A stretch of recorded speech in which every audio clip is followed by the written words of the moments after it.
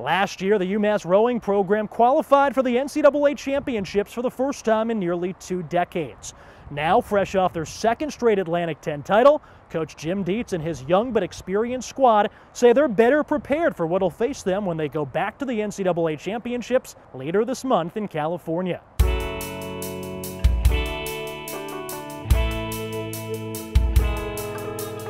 That's a little better. That's a little better. Keep stretching, lifting with the outside hand, finding the water. This year we're going down there knowing what the other crews look like, their kind of stroke ratings, how they're rowing compared to how we're rowing, and we kind of geared our training towards those kinds of steps that would lead us to more competition down there. I think it was equivalent to a young kid going to the circus for the first time.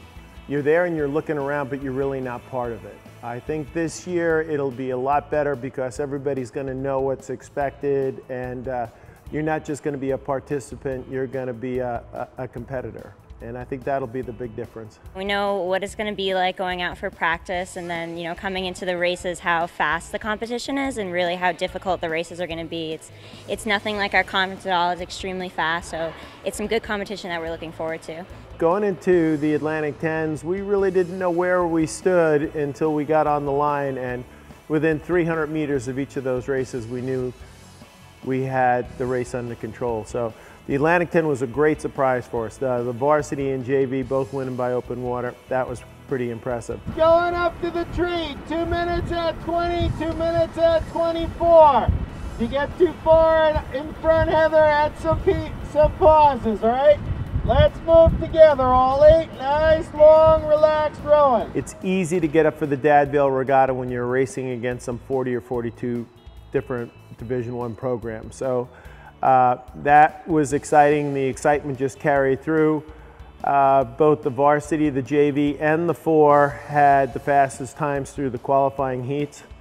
We knew that looked good, but you can't guarantee on anything until you're in the finals. And the varsity and the JV won easily. The second boat, the 4, basically a come from behind victory to steal that event as well. So very difficult to take 3 wins at the Dad Vail Regatta, so that was quite pleasant for us. All right, when the blade is on the water, feel it in your outside hand, just feel that body swinging around the pin. It was a much difficult year this year due to the severity of the winter. I mean, the river was frozen a good 18 inches. It's the first time in the 21 years I've been here that we haven't been able to row at home on spring break.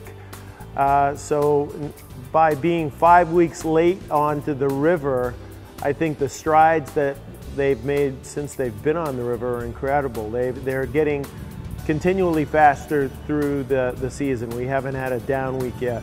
Now that finals are done, everything's been dedicated just to rowing. So we've been really focusing really hard on just each day going out and taking the most out of each stroke. It's perfect because we get that double practice. We've been doing smaller boats in the morning to fine-tune our techniques, and then coming out in the afternoon for bigger boats to figure out how we can get those technique things more nailed down into the 8s and get some more speed out of them. Waist, ready up, heads and up, show heads and split. We were young last year. I think we're actually younger this year. We only have 3 seniors in our first boat, our coxswain and our stroke in our 6th seat, and 1 senior in our second boat, and that's the stroke of the second boat, and 1 senior in the 3rd boat that actually has another year of eligibility, so she'll be coming back. So we're not really losing much, and we're gaining quite a bit with the recruits we have coming in and the walk-ons that we have here that are being extremely successful. Life is looking really good for us right now.